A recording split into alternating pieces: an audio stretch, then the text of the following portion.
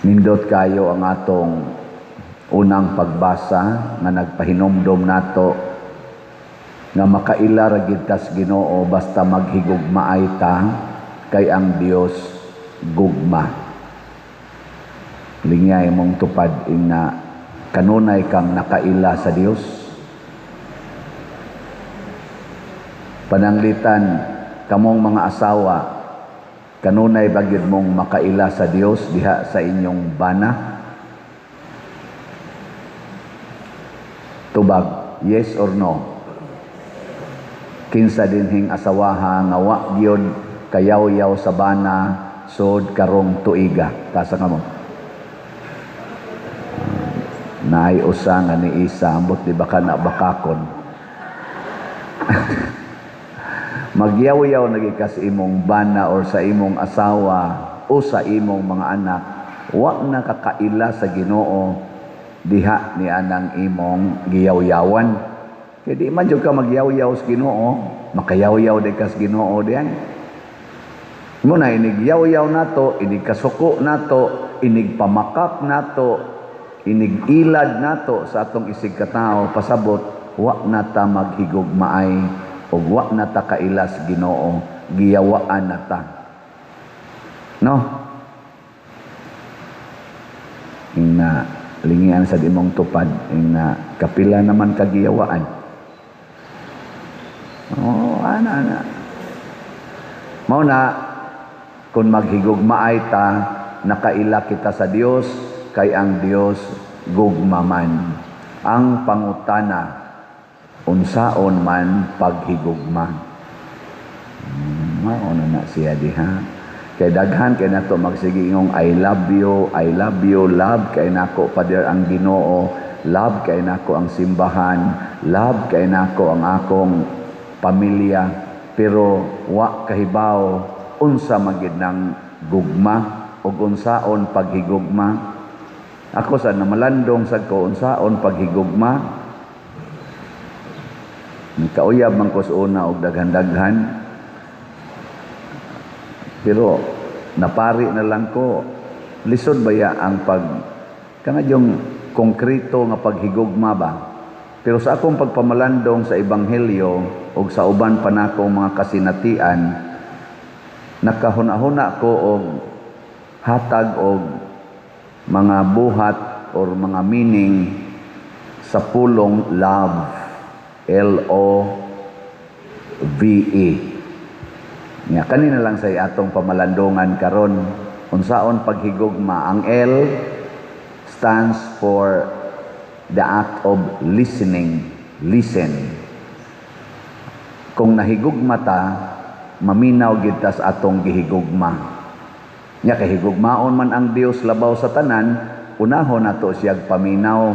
Nya kahigugmaon man nato atong isig katao sama sa atong kaugalingon, isunod dayog pabinawa ang imong isig katao. Nya ikatulo, paminawa imong kaugalingon. Listen to God, listen to people, and listen to yourself. Muna ang atong kuad karon, tema karong tuiga sa atong Archdiocese, listening. Ang sa to'y meaning sa listening, kanang nasa atong tema. Basaha ko no. Hearing God's voice and the cries of His people. Nindot no. Gugma na. Paminaw. Kumusta man ang atong presidente sa iyang paghatag sa iyang sona? Nakapaminaw mo?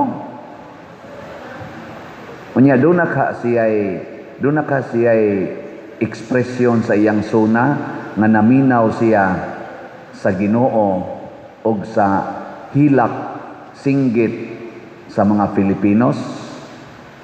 O sige lang gid siyang paminaw siyang kaugalingon, unya iya ra gyung nindoton ang iyang kaugalingon, bahala na ang uban og nga kunuhay nga ilad na niya og nagtuo ra sad gyud siya nga nituo tas iyang gisulti. Muna listen. Ikaduha, ang O, obey. O kung say imong nabati, sunda. So obedience.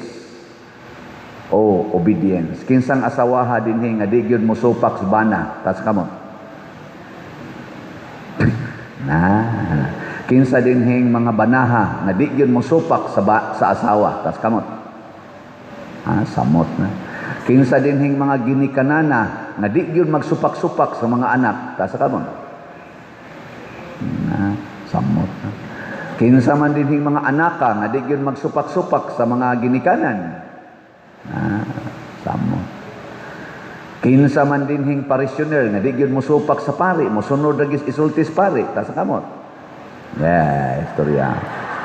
Umangay mo mohurot og palit ticket.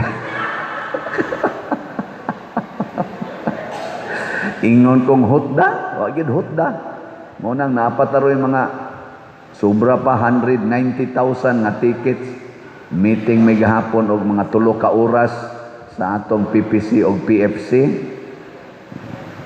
Meeting may gahapon, nga pasmo in town may, wala ba may paniud to? Nya usas among gipamalandungan, unsa man, padayonon taning pagbaligyag ticket, kay daghan pa man kaning ticket, ang amag ato ning silaban. Nya kamo akong pahukmon, saman, okay mo, padayonon o dili? Mag-round to ta sa atong raffle? Rauto, aparto? Sige.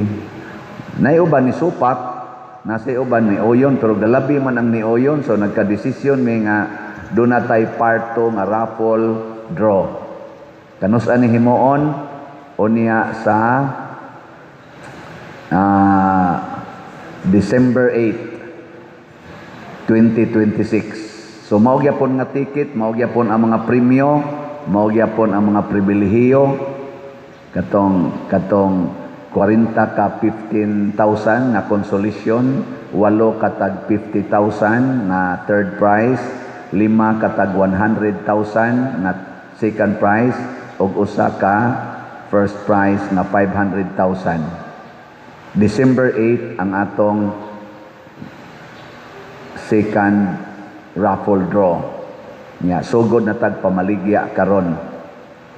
Pero amo pa tong tatakan, ato lang tong tatakan ang date, ato i-change nato og December 8. O na ta mo baligya.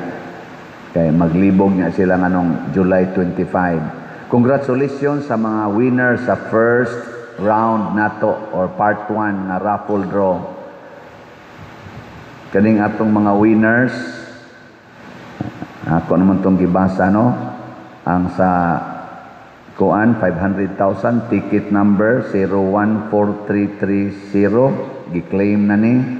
Unya sa 5 katag 100,000 ticket number 085617, ticket number 078624, ticket number 077721, ticket number 006886, ticket number 075668. Naiuban ani na claim na, nasay uban wala pa. Nya sa atong 8 katag 50,000 sa third prize, ticket number 078674, ticket number 010808, ticket number 014779, ticket number 074723, ticket number 053788, ticket number 032751, ticket number 072715, o ticket number 074242. Kani sila nanay na claim na nasa iwap ama claim. So doon na lang mo'y 60 days gikan sa pagka July 25 na mo'y 60 days sa pag-claim. Unyag wa gyud mo patimaw, wa gyud mo claim nya atong kontakon dili sad makontak, ma-forfeit na ni, mabalik na ni sa atong panudlanan. Nya katong consolation prizes nga 40 ka buok, di lang nako basahon, tan-awa na lang sa atong screen o sa atong Facebook page, ato ning gi-publish, nya i-claim lang sad ninyo. ang gustong mo claim. Gusto sad mo nga ari na lang sa simbahan, pasagdahin na lang ang 60 days nga moabot aron ato na nang butang sa atong simbahan. Mga igsoon, obedience. Pasabot atong paminawon ang katawhan ug ang Ginoo.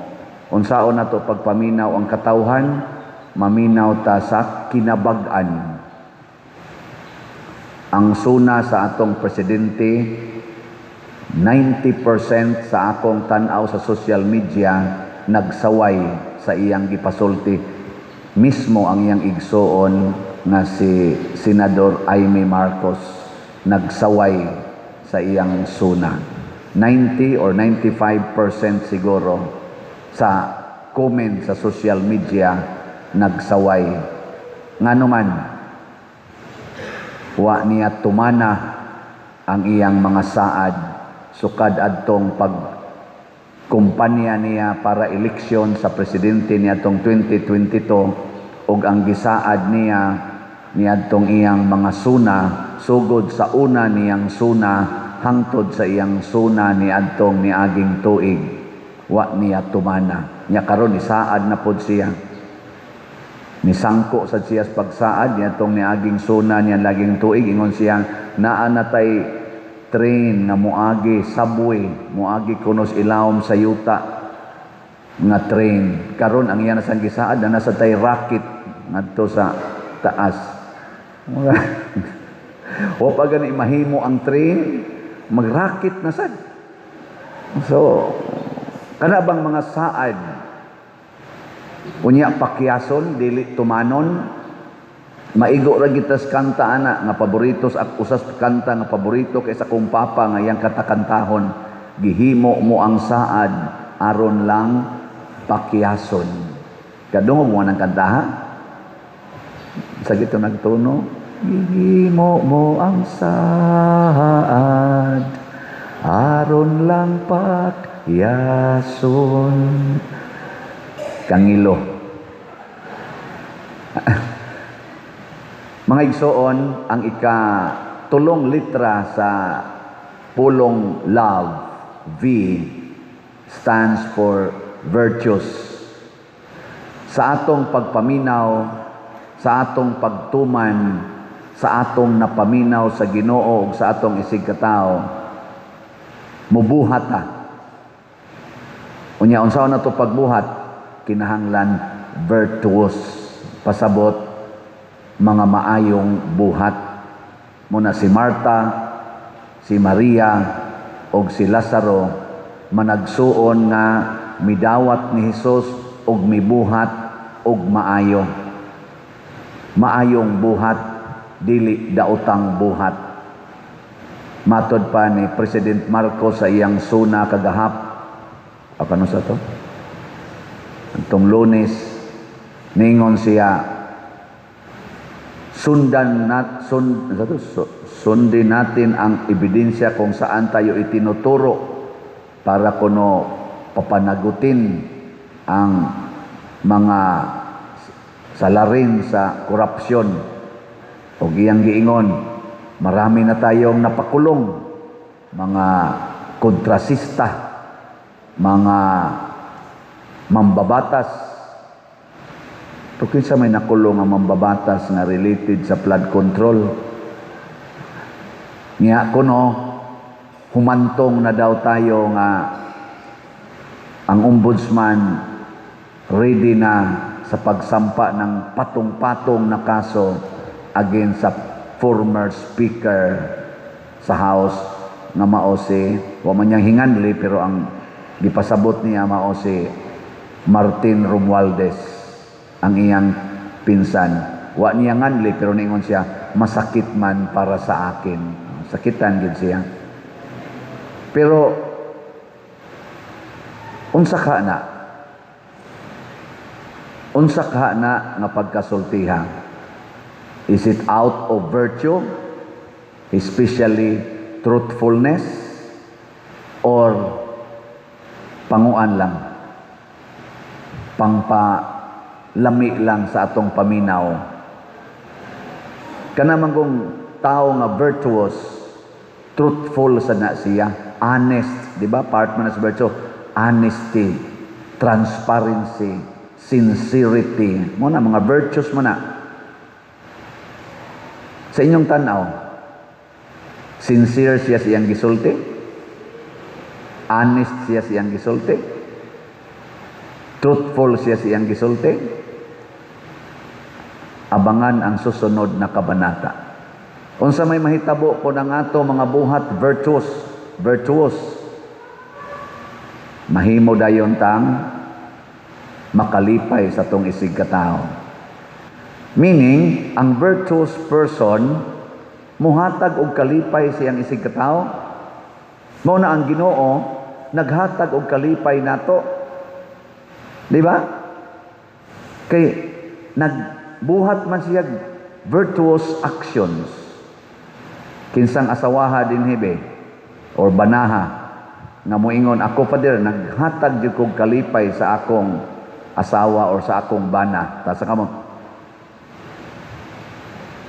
dili. Sige, karon na lang sugod. Sugod karon. Kinsa ninyo ang mosaad? Sugod karon pader. Ako nagyong lipayon akong asawa or akong bana. Tas kamot. Saad ba? Saad lang.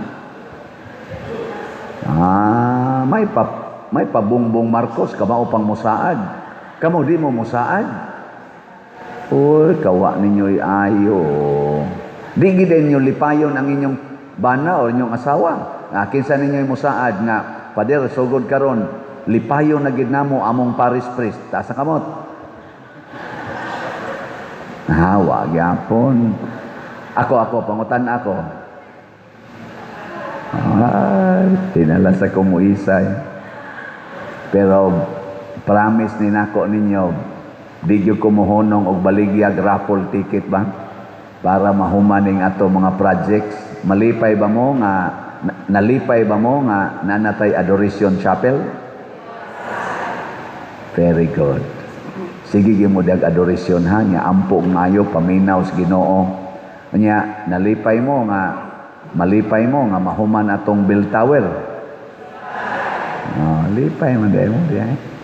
Nya malipay mo nga nanatay CR diha nga bag-o. Nya malipay mo nga kana dihang atong atubang nga simbahan mahimo na ng Walk of Apostles. Nya malipay ka mo nga kining atong lingkuranan ato na ning mailisan. Hinay man. Nya malipay ka mo nga magsige tag baligya og palit og raffle ticket. Kana bantaya.